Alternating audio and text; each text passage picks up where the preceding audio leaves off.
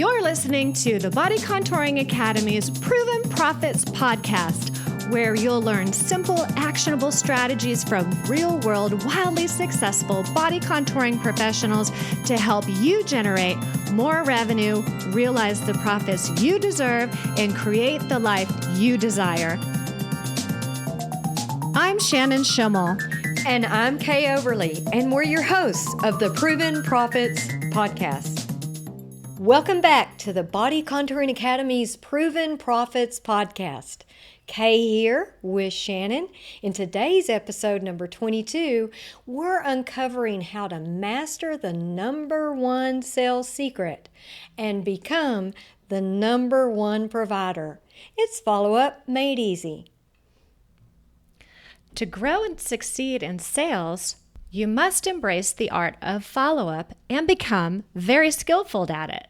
In our previous episode, number 21, we gave you proven strategies you must use in building your follow-up process.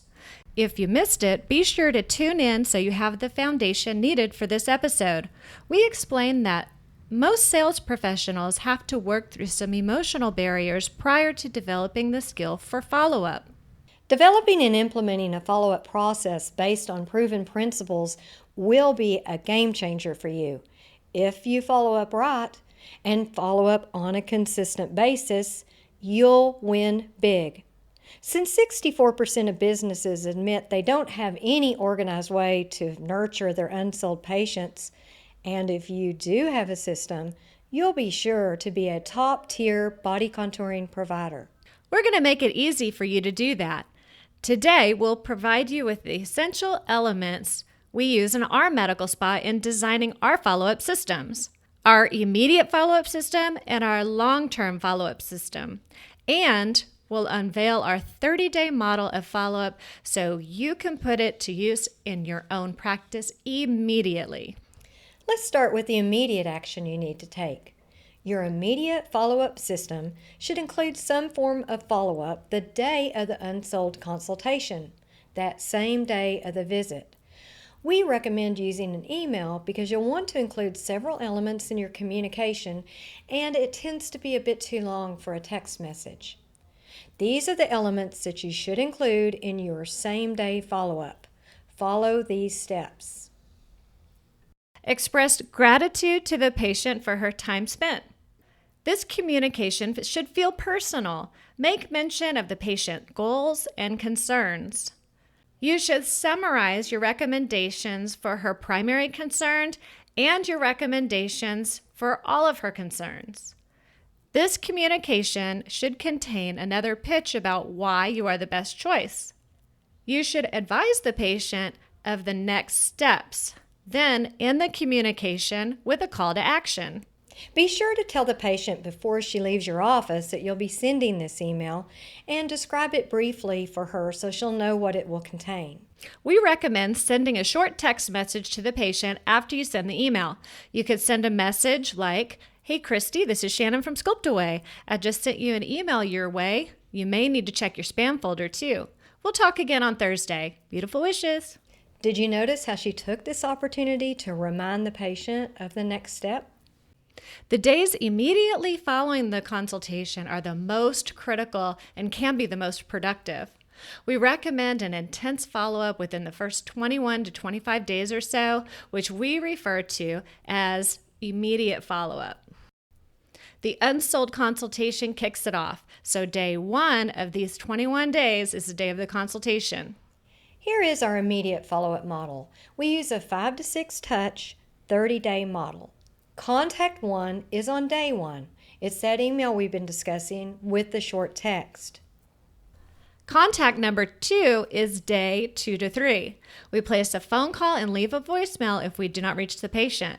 We then send a short text asking the patient to check her voicemail.